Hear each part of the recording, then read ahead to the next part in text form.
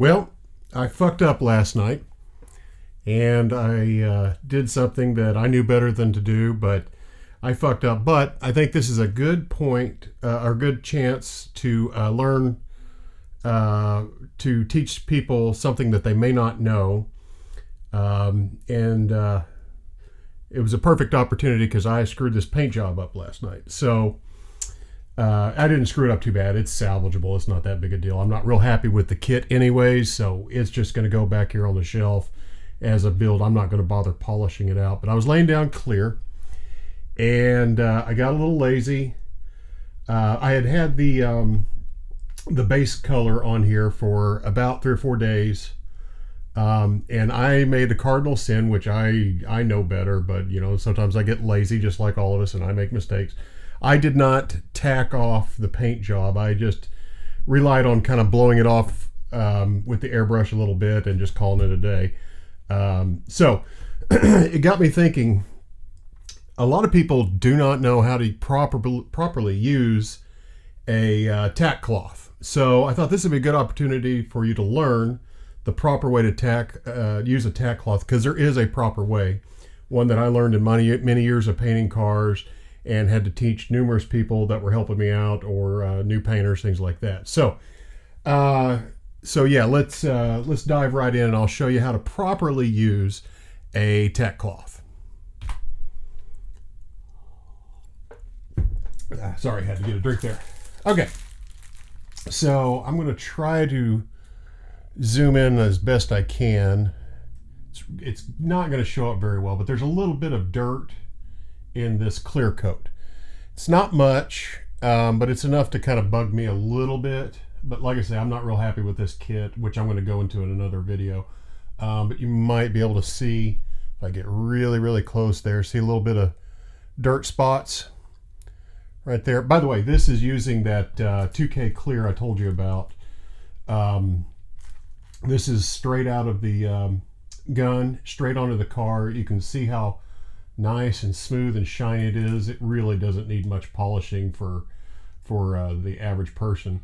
I'm damn sure not going to mess with it, but yeah, that's using that 2K clear I was talking about, and it did turn out really well. By the way, I have not baked this. I did not put it in anything. This is straight from the gun, straight into my spray booth. It's been sitting for almost 24 hours now.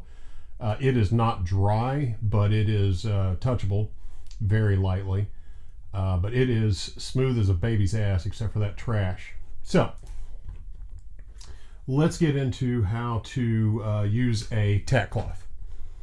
So you would recognize this as a regulation tack cloth. Nothing spectacular there. Let's take it out. Now, if you don't know, tack cloth is a cloth, terry cloth type material with beeswax applied to it. That's what gives it that kind of stickiness feeling. I'm not going to use that. That paint is too fresh to experiment on. But I will take this Land Rover that I'm working on, which, by the way, if you haven't seen the video, definitely go check it out for the unboxing of this. I'm really stoked about this. But anyways, what a lot of people do is they will take it straight out of the bag, just like this, and begin to wipe. Okay? Two things wrong with that. Number one, you do not want to put much pressure on here, because this beeswax can actually transfer onto your subject and can cause issues with paint. So don't press hard. You want to lightly dust it. But on top of that, that is the improper way to do it. What you want to do instead is unfold everything. Well, if I can get it to work. Nothing like live video to give you problems. Anyways, completely undo it, unravel it, take it apart, take your time. You're going to use this thing over and over and over again, and just bunch it up, kind of like a, what's that, loofah sponge, whatever the hell they call those things.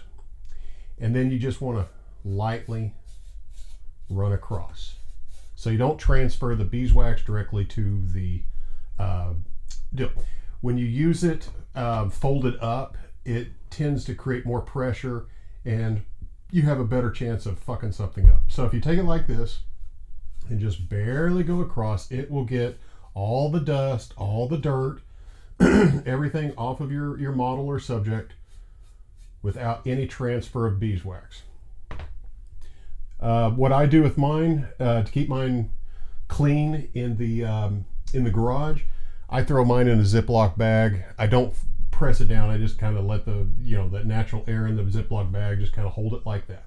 But that gives you more surface area to work with. You got all these nooks and crannies and to get into things, and you just want to lightly come through just like that, and you will get all the dust off, and you won't transfer beeswax, and you'll find a much better